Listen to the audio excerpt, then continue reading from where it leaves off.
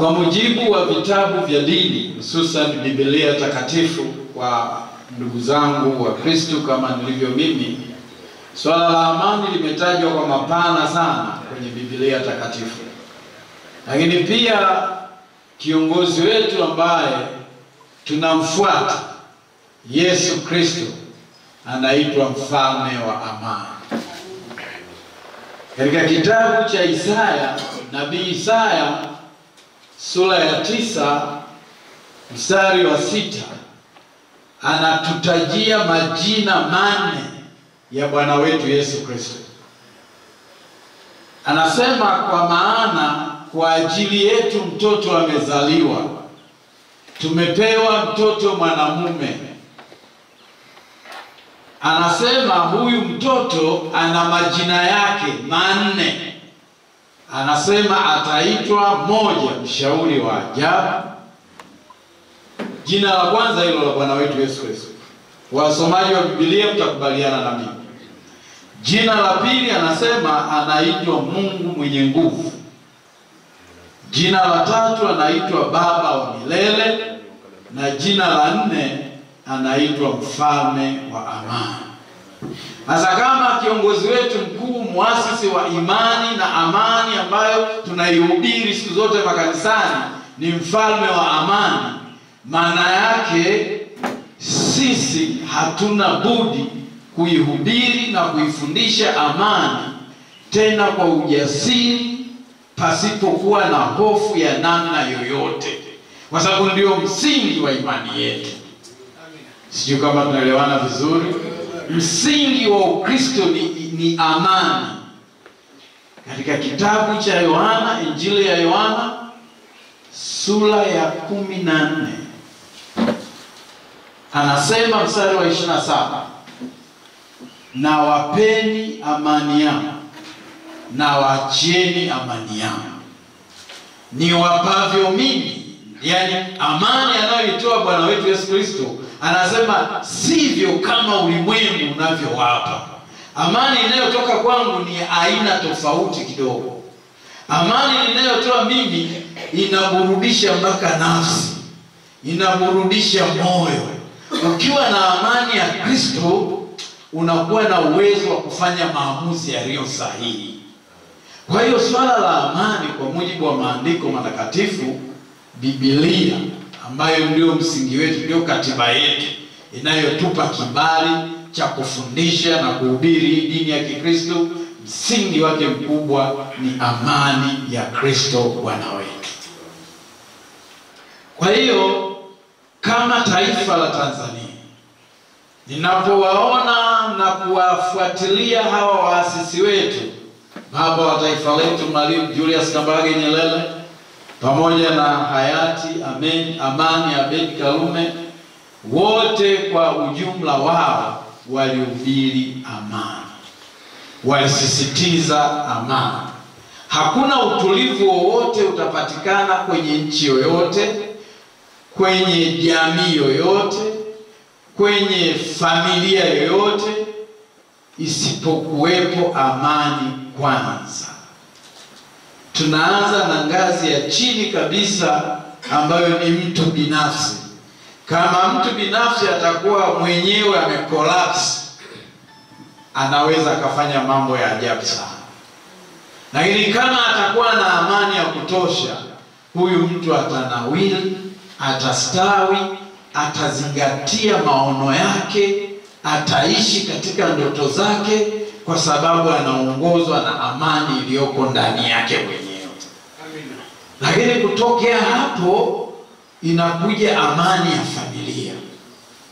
Ndugu zangu wa Tanzania, maana hapa tunazungumza na Watanzania wote kabisa, kama familia inapoteza amani, ndiyo chanzo hata cha wale watoto tunaowaita wa mitaani, ndiyo chanzo cha talaka watumishi wa Mungu, mashehe, maaskofu na wachungaji.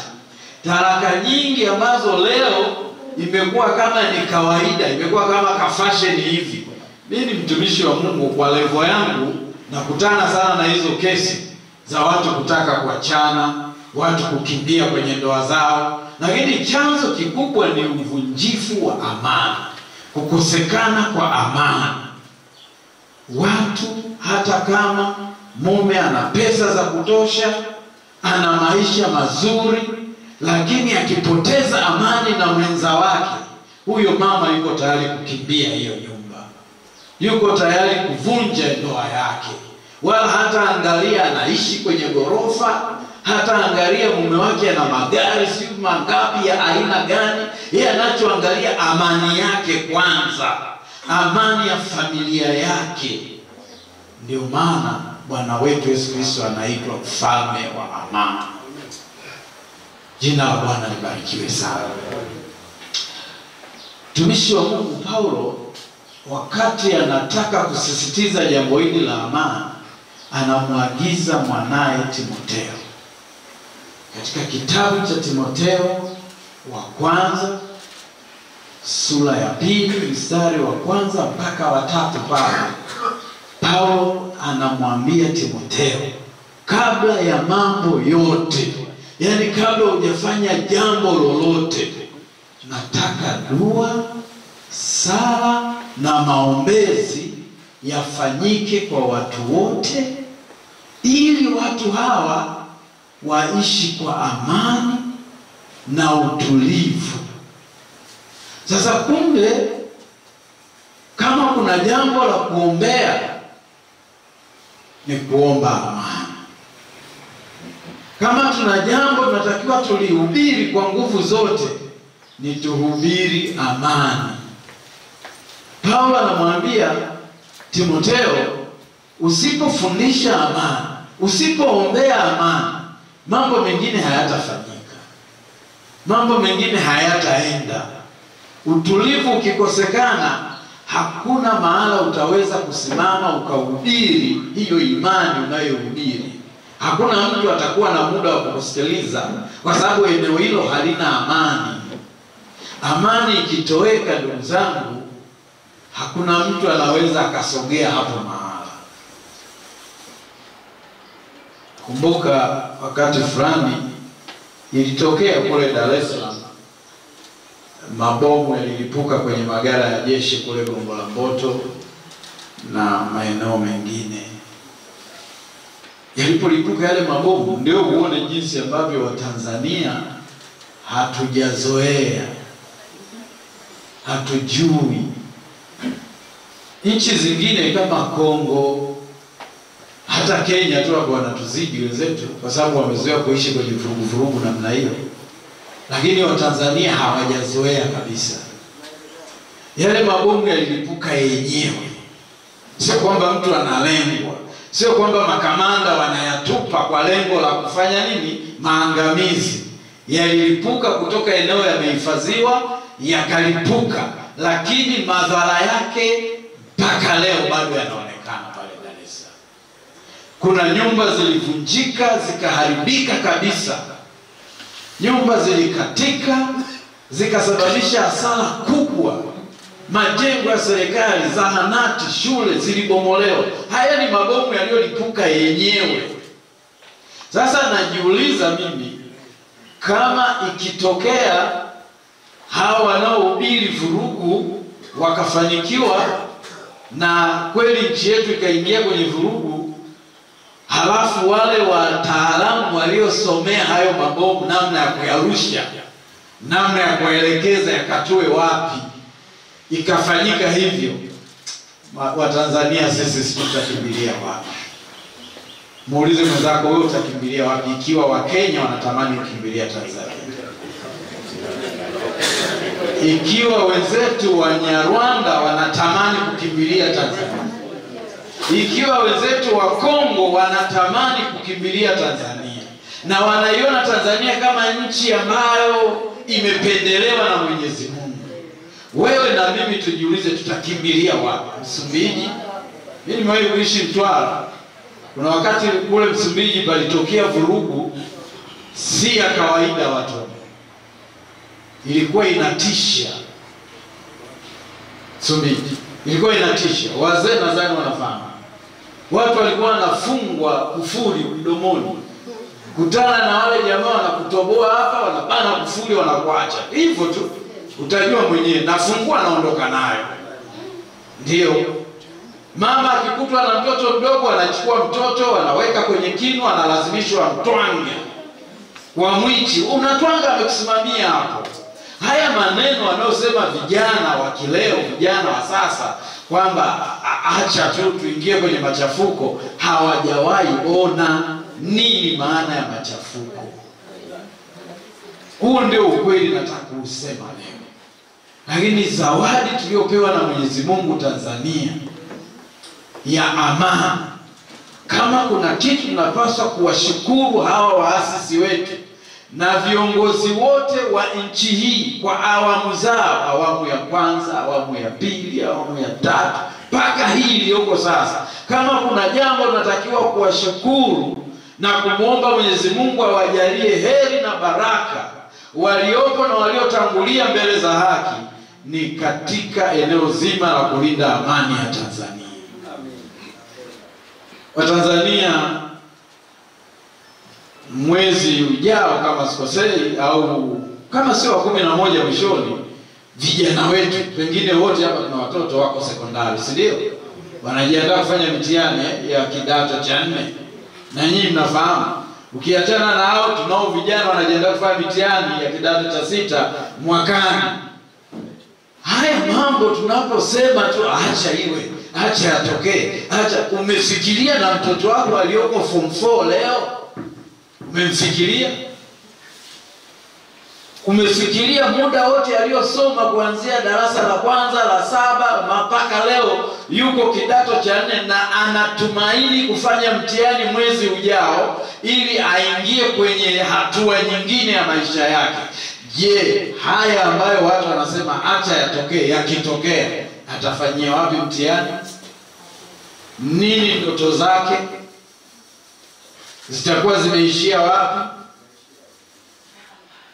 Hata walioko vyuo vikuu,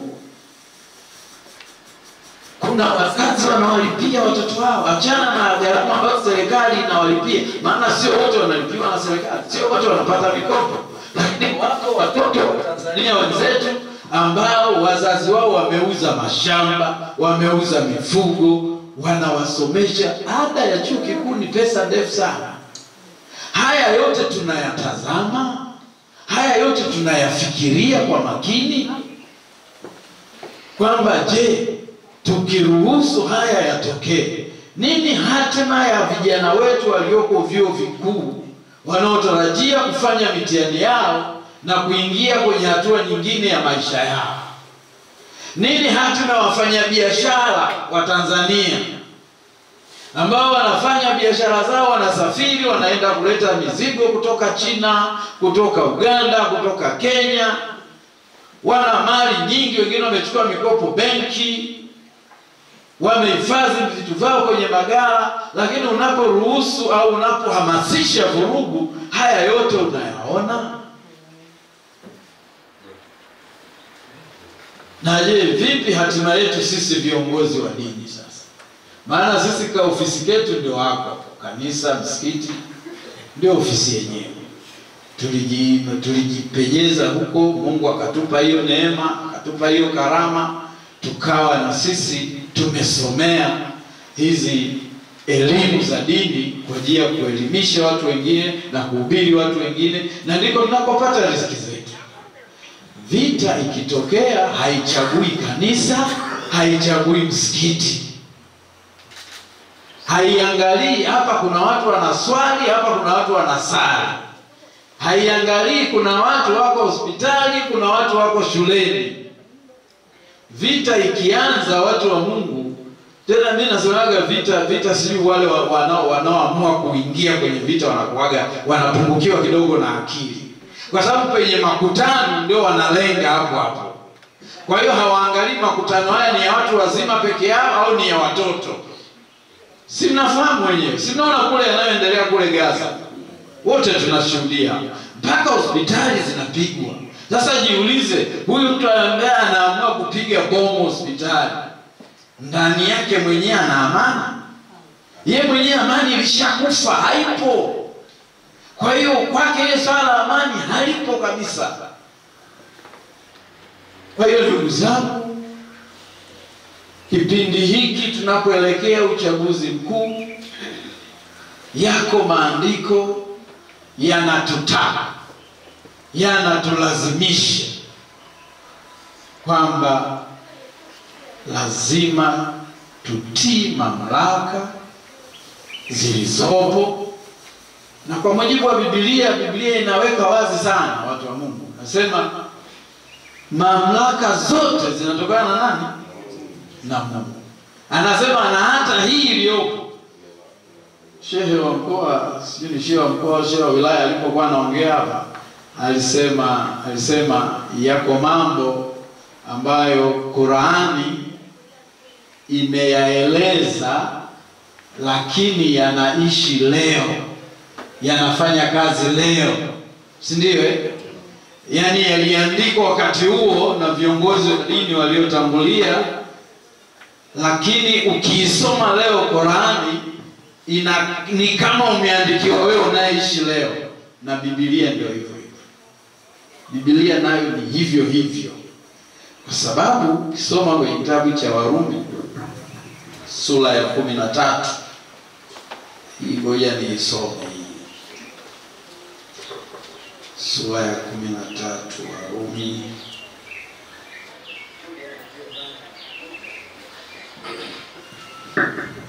mstari wa kwanza nitaishia wa 5. Maandiko matakatifu yanasema kila mtu na aitii mamlaka iliyo kuu. Mamlaka iliyo kuu, kwa mfano kwa nchi yetu Tanzania ni ipi? Watanzania wenzangu, mamlaka iliyo kuu Tanzania ni ipi? Serikali. Ambayo kiongozi mkuu wa serikali ni nani? Rais wa Jamhuri ya Muungano wa Tanzania. Ndio mamlaka iliyo kuu. Sasa Biblia kwa Wakristo wenzangu inatuagiza hivi, tutii mamlaka iliyo kuu. Sasa unapoacha kutii, maana yake mpaka Biblia yenyewe unaipiga teke. Ndio maana yake. Yaani mpaka Biblia yenyewe umeshaidharau. Kwa sababu Biblia si ndio inatuongoza? Kama kweli tuko tayari kuilinda imani yetu na kumwenzi huyu Bwana wetu Yesu Kristo, tusiende kinyume na neno la Mungu. Tusimame kama neno la Mungu linavyotuelekeza. Anasema kila mtu na atii mamlaka iliyo, kwa maana hakuna mamlaka isiyotoka kwa Mungu, na ile iliyopo imeamriwa na nani? Mgeukie mwenzako kumwambia, unajua mamlaka iliyopo imeamriwa na Mungu. Sasa muulize, wewe nani unaipinga? Muulize, wewe nani unapinga mamlaka iliyoamriwa na Mungu? Wewe ni nani? Tuwaambie vijana wetu, tuwaambie watoto wetu, tuwaambie waumini wetu, jamani, mamlaka iliyopo haijalishi nini, awe mwanamke awe mwanaume, maandiko yanasema hiyo mamlaka imeamriwa na nani? Sasa wewe unataka kushindana na Mungu? Wewe una akili kumzidi Mungu aliyepanga awamu hii mamlaka itakayoongoza Tanzania awe Mama Samia Suluhu Hassan? Wewe ni Mungu au wewe unamzidi Mungu? Mbona jambo jepesi sana hili? Watu hao warudi kwenye vitabu vitakatifu wasome. Haya ndio yasema. Juzi tulikuwa na kongamano kama hili pale Mwanza mjini. Shehe ni shahidi. Askofu ambaye ni mwenyekiti mwenza wa kamati ya amani ya mkoa alikuwa ametoa maazimio kwenye kongamano ambalo nyinyi mlisimamia siku ile. Lakini akasema hivi, baada ya maazimio yale watu walimfuata kwenye akaunti yake, vijana wa Tanzania wakaanza kumshambulia. Wewe mzee umeshiba sio malagi ya wapi? Wewe mzee umepewa bahasha, wewe mzee hatakuelewi, wewe mzee sio aliongea ba. Lakini lipi jema kwetu, kutii amri ya Mungu au tufuate mawazo yetu? Tufuate mawazo yetu na matamanio yetu au tufuate neno la Mungu linavyotuelekeza? tufuate neno la Mungu, tutakuwa salama. Kwa sababu naamini mawazo ya Mungu ni mawazo sahihi. Mpango wa Mungu ni mpango sahihi. Si ndio watu wa Mungu? Sasa hata sisi viongozi wa dini kuna mambo fulani tukiona hayaendi tunarudi wapi? Magotini. Sisi tunahitaji magotini. Si ndio baba askofu? Tunapiga magoti, mambo ambayo hayana majibu, mambo ambayo tunajiuliza wenyewe kwa elimu zetu za kawaida, hatuna mwafaka, tunapiga magoti. Tunamuomba nani? Mungu. Tunamuuliza nani? Mungu. Ukitoka pale Mungu amekufunulia, unapata majibu, unasonga mbele. Sasa kama hili amelisema yeye mwenyewe, halafu wewe unasema hamna. Wewe unatakiwa ukapimwe akili. Wewe upimwe akili. Inawezekana sio Mtanzania mwenzetu. Maana Mtanzania halisi hawezi kuhamasisha vurugu katika nchi hii ambayo Mungu mwenyewe ameifanya kuwa kisiwa cha amani, nchi ya makimbilio. Mataifa yote yanakimbilia Tanzania. Tukiharibu Tanzania, Mungu atatushangaa. Hao wengine watakimbilia wapi? Sisi tumewekwa hapa kwa ajili ya moyo wetu wa ukarimu. Wa Tanzania ni wakarimu. Hebu tujipigie makofi kidogo. Sisi ni wakarimu sana, tofauti na nchi zingine. Ndio maana Mungu anaendelea kuilinda nchi hii.